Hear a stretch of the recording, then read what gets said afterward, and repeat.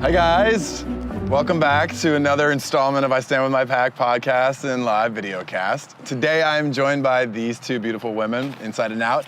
Kristen is our production manager for My Stand With My Pack, and she just got back from Africa. Pretty crazy endeavors in Africa. And to my left, this is Kendall Long.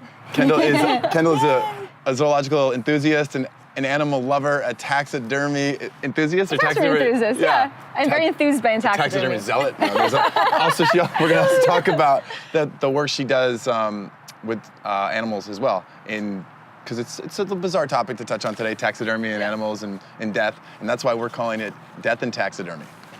So anyway, excited. Thanks for joining us. So Kendall, you recently just came off your show. I'm guessing people have responded to you very differently since the show, after the show, and because of what you talked about, which is what caught our attention. Taxidermy. Yeah. So I got a mixed bag of responses. Some people were really excited that I was like quirky, and I was supporting like a very. Oh, do you mean? It's all right. They were excited that I was supporting something that is seen as maybe a little taboo and kind of supporting that side. And also, I definitely got some hate mail where people thought I was an animal killer. And but I think there's definitely more to what I do as opposed to just killing. Absolutely. I've never killed anything. That's refreshing. There you hear it. You heard hoping we would have caught that in screening. She has never killed anything. Yeah, record. absolutely. Thank you for setting that straight. Yes. Well, that's gotta be weird for you coming back from Africa too, where Which is very different there. Yeah. It's really a lot. Yeah, unfortunately, it's a very. Okay, so I guess let's just start with like what taxidermy is. I mean, Yeah. as a definition, right? It's like stretching or using an animal's skin, like derma skin, right? It's just like the preservation of nature or of animals. So it's mounting, so you can mount a skin and put it over like a structure, or you can preserve it in alcohol or formaldehyde, or you can mummify it. There's just a lot of different ways to preserve, or plasticize it, which is what they do for humans. But yeah, there's a lot of ways to preserve life. Wow, what got you into it? I would just hike as a kid. I would go hiking and I would collect bones and things that I found. I would collect snakes or, squirrels that I had found, and they would rot. And eventually I came across like a small little natural history museum where I saw that animals were preserved, and it just kind of really inspired me to want to learn more about animals. And I just started, collecting what I can find. I mean, it took a while. Taxidermy is, not cheap, and it's not readily available everywhere. So, but yeah, it just sparked my interest in animals in general. And you sort of tell a story through taxidermy when Kendall also works as a production designer on sets. Yes. So when you build out sets or create sort of an environment, it's, you have to utilize what you can. Yeah. Well, taxidermy is used a lot in film. I mean, they use horse mounts for, either when you're riding a horse, or they'll use like paws for if like an animal's, moving something. So taxidermy is used like in a lot of different ways. Yeah, I mean... That's amazing. Wow, I didn't know that. Well, in some ways, it helps save the ones that are alive. So when they do different stunts or, things that look a little dangerous, like if a cat's like coming to jump at your face, you don't want to use a real cat. Yeah. You'd rather use like a taxiderm cat. And so a lot of prop houses have taxidermy for that purpose. Wow. So like when Tom Cruise does his movies and he says he's doing his own stunts and he's riding a horse. No, it's actually a plasticized Tom Cruise. Oh. Yeah. It's actually a taxiderm Tom Cruise. I know. Wow. It's pretty incredible, actually.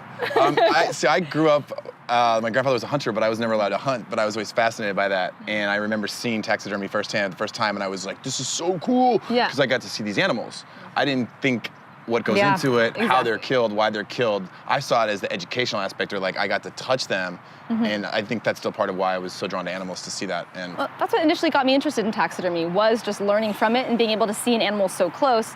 And I guess it wasn't till later when I was older that I realized more of like an empathetic approach to it, as where did this animal come from, because it at one point was alive. Yeah. So I made it a huge point moving forward, even starting my collection. The first piece of taxidermy I ever got was secondhand. I got it from a swap meet, and a lot of the stuff I get is secondhand. I try not to support like things that are killed for the purpose of being mounted. Yeah. I try to get sustainable taxidermy, which you can get from a lot of different places.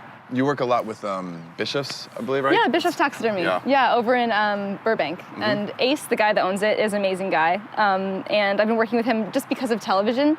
I'm working as a production designer. I've used him for, getting pieces. And recently he was on the show that I was on. His taxidermy warehouse as like the backdrop for one of the dates that we had been on. Wow. So yeah, so it's Wanna go on awesome. a date, baby? We're gonna take you to taxidermy. But the Bischoff's is really great. Well, it's interesting. I mean, the thing is, when I go into a room full of taxidermy like Bischoff's, although most of it that's donated to them, or they have like vintage pieces.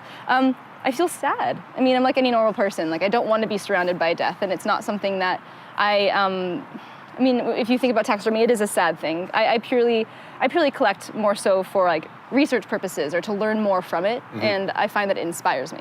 But having a huge room of it is very overwhelming. It's not what I plan to do.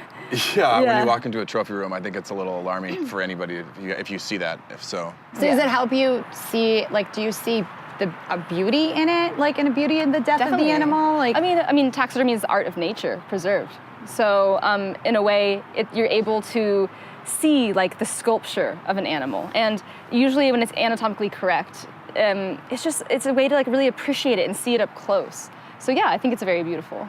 Yeah, I mean, in a sense, it's better than most zoos. I think if you want it for a from an aesthetic Absolutely. standpoint or a study standpoint, most zoos. Well, a lot of people get their story. taxidermy like skins from zoos, but the thing is with zoos, animals are almost kind of, I don't want to say they're different species, but they're vastly different than what you'll find in nature. Yeah. Because their hair is going to be different, their hooves are going to be different, their teeth are going to be different because, they eat different things, they walk in different surfaces. It's more of like the pet version of the wild animal.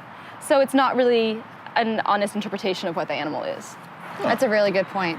And then thank you for sharing that. Yeah, it's nice to hear it from somebody else's perspective because as an animal rights organization who's predominantly vegan and what we stand for, it's hard to digest and say, what do you mean you stuff animals or like you kill animals? And I think it's important for people listening or watching to understand that difference, or at least be objective about that difference. Yeah, absolutely. So, do most of these animals die a natural death?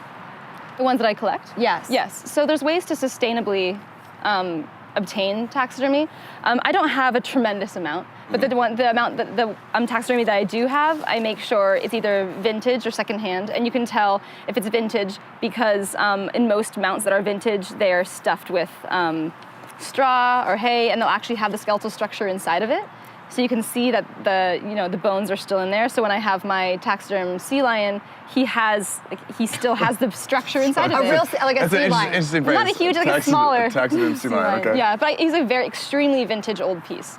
And so I have that, and then a lot of so I have pickled octopus, and I believe octopus are the most intelligent. They are. I absolutely love octopus. I refuse to eat octopus, but where I do get the octopus from is from fish markets where they would otherwise be thrown out from spoilage. So there's ways to support sustainable taxidermy. So you actually go in and get them? No, I have there's a company. Oh, okay. It's like a small business, and it's more expensive. Okay. But I think it's better to get something that's more expensive and sustainable than to get something that's just massively produced. I'll never order something from Amazon because that's not a reputable source. Well, if you do order from Amazon, by the way, you can go through the link Smile, and I stand with my pack and reap some of the benefits of that. We can talk about that later. Yeah.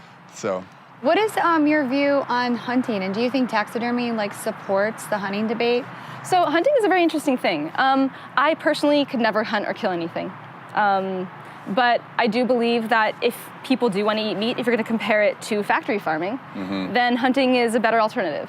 I could never go behind a gun and actually shoot something. But also, if you see the cruelty that animals go through with factory farming, that is almost like a lifestyle that you're bred basically to be killed, as opposed to how people used to do it, where an animal can lead a natural life and then be hunted for food. I mean, I don't believe in trophy hunting because trophy hunting, we were talking about this earlier, you're not going to kill an animal that eats other meat. It's not healthy to eat meat from an animal that eats meat. Right. Yeah, you ingest that. It's like with the aggregate energy, it's like you're taking on that animal's energy, whether it's good or bad. It's your body now takes it in. Yeah. So. And it's about intention. I mean, I think people is in intention when you're trophy hunting. The intention is to have a trophy. The intention is not to feed your family. So that's the difference that I can't get behind that. Yeah. We're glad you can't. But. So, like you said earlier about natural history museums, and that a lot of these animals are, that's personally what my experience with taxidermy. Yeah. Do you think that the art of it can give animals that are facing extinction a voice? Do you think that's possible? Well, I mean, taxidermy, not only are people inspired by seeing taxidermy and want to actually help animals or learn more about the animals, because that happened to me, but I feel like So with taxiderm specimens, you can actually learn about animals that are being extinct and like what changes happened in their bodies, and why they had become extinct with the different like climates and different like environments. So I mean, for every animal that exists in our world, there is a taxidermy counterpart. The Natural History Museum, the Field Museum, they collect specimens of like in New York. Yeah, in New York. Did you go when you were recently there? No, I didn't. I really wanted to go. It's amazing. I know. I'm going to be going again in April, so I'm going to hopefully be able to have time to visit that. Cool. But they use taxidermy to track the evolution of an animal and to also see like species that have been extinct in the past by going to finding like vintage pieces or like personal collections. Like they can track. Yeah. You know, the dioramas that they create. Yeah, exactly. So yeah, another thing as a kid, you're so fascinated by because you see it. You see the story of evolution in human and animals interacting, and you don't look at it. There's no negative connotation because it's so educational. It's like, exactly. Like, what if one day when we're all gone, lions are extinct, right, or elephants are extinct, and it's such a sad thing to think about, but inevitably it probably will at some point. What if the only preservation of them is actually through taxidermy that people can learn and see, or obviously video or film? But I don't know. Well, so hold on, I want to back up. Yeah. You said they have every animal, right? Pretty much. You were Kendall's involved with a new organization, a new charity called Manatee. Tell me about Manatee. Well, yeah. I said I've never seen a taxidermy manatee, and I don't. How does that work with marine life? Because it's different because I mean the way you preserve an animal is based upon what kind of skin it has, whether it has fur or whether it's like us, we don't have fur, so we're more likely to be plasticized or put in jars. With formaldehyde or alcohol, because I mean you can't really preserve. If you try to leather our skin, it's not really going to look natural. Right. So in terms of like a manatee, I mean I haven't really seen them in person, taxidermy manatee, but I was looking online and I saw like a pickled manatee, which makes sense to the baby manatee. The babies, No, but wow. I mean I absolutely love manatees. I have like such a strong the sea cow. Yeah, they're cool when you see them in the wild. It's really awesome. Yeah. You're like, they're so sweet. So you just docile. jump right off the boat. But unfortunately, they're so sweet and trusting that they do get killed, and they go to like the propellers of boats, and they What drew you to manatees? When I grew up as a kid, I used to visit my parents in Florida, and I used to see manatees off the docks in their backyard. So I'd spray them with hoses, and they'd be all, They love that fresh water. They love the fresh water. The one thing I did learn recently is after I did post about Manateeum, I found out that a lot of people said that you're not supposed to spray them with water and attract them to docks because it actually is really dangerous for them. The boats. Yeah. So although it was very magical for me, I do not support that. Right. But that's what initially drew me to manatees. And also they're mermaids, right? I mean, they are. Manatees, that's like what inspired mermaids. They are. Yeah. Oh, that's a good point. Just not the Disney ones. Little interesting little faces for mermaids, especially those big cheeks. Yeah. They're like just undeniably weirdly cute. So cute. Yeah. Oh, wow. It's nice to have somebody who's working with marine life too come on now instead of just these land animals. It's interesting. I find that the more I learn about animals, the more that I get into just like marine animals or even like bugs, like entomology. I've gotten really into bugs lately and birds. I love bugs. But initially when you think of wanting to conserve animals, you think of the mammals. You think the cute, fuzzy, furry animals. Yeah. But it's crazy just like how fascinating and how vastly unique animals are in the ocean. There's just there's like aliens. They are. It's a whole different world. Yeah, James Cameron told me they're aliens now. Yes.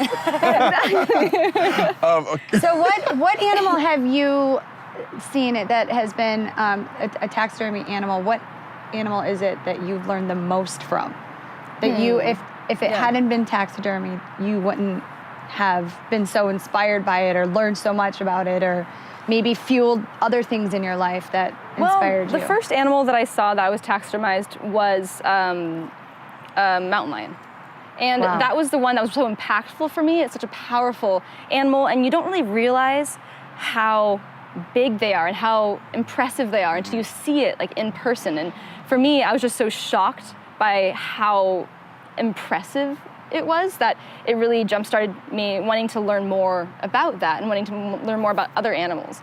But I mean, it's hard because certain taxidermy, the ones that are so impressive are the ones you don't really want to see as taxidermy. Like polar bears, like absolutely going to the Natural History Museum in Los Angeles, like the polar bear is just so impressive and you can get so close. And unfortunately, well, I mean, a lot of the animals that are at the Natural History Museums are vintage pieces. Yeah. From I think Carl from a Aiken. museum standpoint, it's completely justified because it is it's not like you walk into a bar and you see a grizzly bear in Canada or in Alberta or Alaska or wherever you might be with no description other than someone who shot it versus in a museum where it tells you the history of a grizzly bear and like its lifespan, their size and everything like that. Yeah, it's very informative. And unfortunately, there is death that takes place, but I mean, my hope is that moving forward with taxidermy, it is more ethical, that it's not killed just to be killed. I mean, I think way back when we were starting, when Carl Aiken, when he went to his, he did his African, journey to like get all these taxiderm animals, he was just, I don't think there's a lot of knowledge with that. I mean, although we gained so much knowledge from his expedition, and we have so many taxidermized animals in natural history museums, that's something that I don't want to support moving forward.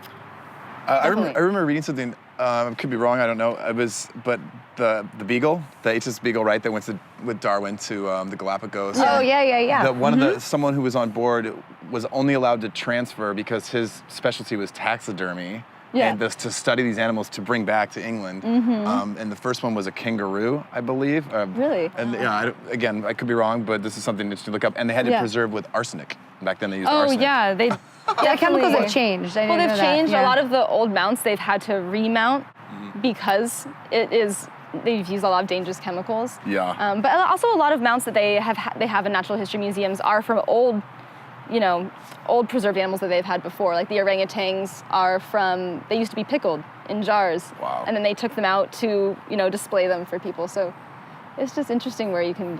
What about memorializing them for pets? Like, that's an interesting thing. I mean, it depends. No, it's a real, like... I know, it's a little weird. Well, the one thing with That's pets... a real thing. The one thing with pets is that when you mount something, you have a pre-made structure, like an internal structure. So, for instance, not to be morbid, but if I took your skin and put it on your body, it would look different. So the thing with pets, but with pets, like the thing is, it's hard to taxiderm a pet because they want the likeness of the pet that they love. So when you do taxiderm a pet, usually a lot of people will freeze dry them because they have more of the likeness, as opposed to mounting it over a pre-made structure, because then it's a completely different pet. It's not the one that they've known and loved. This is my extent of taxidermy from Elvis. That's about it. So I love that. There's no way I would want to keep him. Exactly. Yeah, exactly.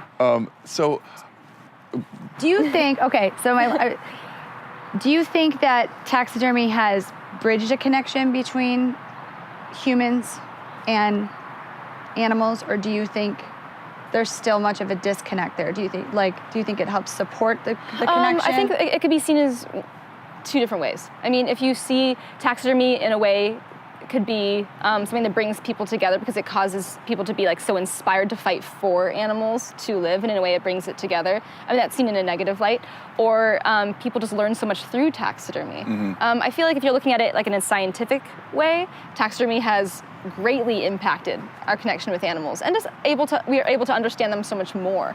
I mean, you don't get to see... Seeing them on TV only does so much. Seeing them in the zoos only does so much. If you have an actual preserved animal like right in front of you, you can touch it, you can feel it. For me at least, I'm speaking for myself, I felt such a strong connection, and it's inspired me to study zoology on my own, and also to support animals in my own way with volunteering. I believe that, actually. So you think it's helped your voice, strengthen your voice, and now you want to actually help animals that may be at risk or endangered and whatnot, because you've learned via this method. Exactly. I mean, I actively try to support animal groups, and I also, I'm pescatarian myself, so I don't believe in eating factory farmed meat. I mean, it's like the spark that starts like the journey of your life supporting animals. Yeah. Taxidermy acts as such like an impactful spark that really allows you to say, wow, like I'm so impressed by this, like I want to learn more. And the more you learn, the more education you have on something, the more you can support it and more you can be a voice for something that doesn't have a voice. Yeah, and that's kind of one of our slogans. I mean, honestly, it's to be the voice for something that doesn't have a voice. And what do you think is the biggest misconception about taxidermy out there? That people, like, if you could send one message to everyone that knows about this or doesn't really understand it, isn't well educated about it, What is the most common misconception that you think that you would like to set the record straight on? I think a lot of people think that taxidermy is evil towards animals, and people kill just to kill, and they want to have power over animals, so they want to mount them in order to maybe make them seem lesser of a species. But it's not like that. I mean, taxidermy is it's a way to to really appreciate the animal, and a lot of people are surprised when I say that, because how can you appreciate something that you stuff and is dead? And it is definitely sad, but because I was so impacted so strongly by it, I can definitely just support at least the ethical, scientific side of taxidermy, not the trophy side of it. Right. Because to me, it's not a trophy; it's a learning tool to broaden everyone else's mind. Maybe even more of a respect for that animal to preserve it the way that it was, and what it could do educationally and for the future of its own species or other species. So, okay. Well, people tell me too. I mean, everyone always tells me, because I have taxidermy, they're like, well, we don't taxiderm humans, but we do. We have Bodyworks exhibit, which is plasticized humans, where people learn, from them, and it's more so seeing the beauty of the anatomy of the human form. And the same thing goes with animals, Yeah, that's a great point. When you talk about us as humans taking a literal interpretation of a Bible or of a Christianity or any religion and giving us what we automatically think is dominion over animals to do whatever we want with them, including taxiderming them, I don't think that's the case at all. I think, if anything, you can take something away scientifically, educationally, and then that teaches us more responsibility to look out for these animals. And as humans, it's our responsibility as this planet to make sure these other species that we are more evolved than can coexist with us. Exactly. So, so fun little fact, Shia, you have a twin. I do. I'm a twin. There's two of you? There's two of me, yeah. Wow, the world could be so lucky, right? What if there was two of you? I mean, come on. It's true. She don't know said about all something that. about you. If you were an animal, you would be a bat? Yes. Is that I love bats. Bats are so fascinating, though. They oh my are. gosh. I mean, they're flying mammals. Yeah. Why would you be a bat? My sister, she's really into totems and Native American history. So she says I'm a bat because I see beauty in dark things. And maybe you're drawn to taxidermy. Yeah, exactly. So, and also fruit bats, they're like puppies with wings. They're so and a lot of people think bats They're are honestly so cute. A lot of people are afraid of bats and they think they carry rabies and all this stuff, but no, bats are just so adorable. There's little cuddly. Ugh, I love them. I slept with bats in Africa. Really? Because I was in this Bats hut. are adorable. You slept with bats. Maybe I need to up my bat game here. I know. I had a mosquito net. I had to sleep over in a tiny thing in a net, basically, because there's so many bugs and types of things. And I'm not, freaked out by bugs at all. But there's obviously arachnids and very poisonous things there. But the bats are just, they come in and eat all the bugs. So it was I was literally, the only thing you worry about is the bat droppings. Yes, guano. But thankfully the net kept me, saved me from that. But they fly around eating the bugs all night. And I thought, wow, we can really be roommates. This is awesome.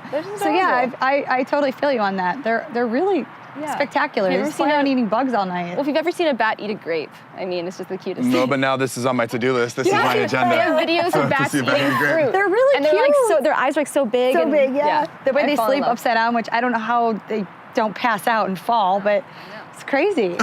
They do. They sleep upside down. I would look up and then they would be sleeping. They pull out their wings and they curl up in a cocoon and they just, it's like what you see on TV, like Dracula. They really do sleep like that. I was in college on the Yeah, weekends, exactly. Exactly. So now that the show's ended, and you're back to real life, I guess you could say, right? Yeah, normal life. From sequestered. What do you see next? I mean, how do you think this is going to impact you and your voice now for animals, starting with manatees? Yeah, I definitely want to use it as a platform to support animals. I mean, I also volunteer at Bark and Bitches, which is also, I know love them Shannon. Oh, really? Shannon's from my hometown. Great. I worked with her for a while, I she's love great. visiting there. I mean, I love, my dog was adopted as well. I adopted him from SPCA, and I feel like that's also something that people, the shop don't adopt.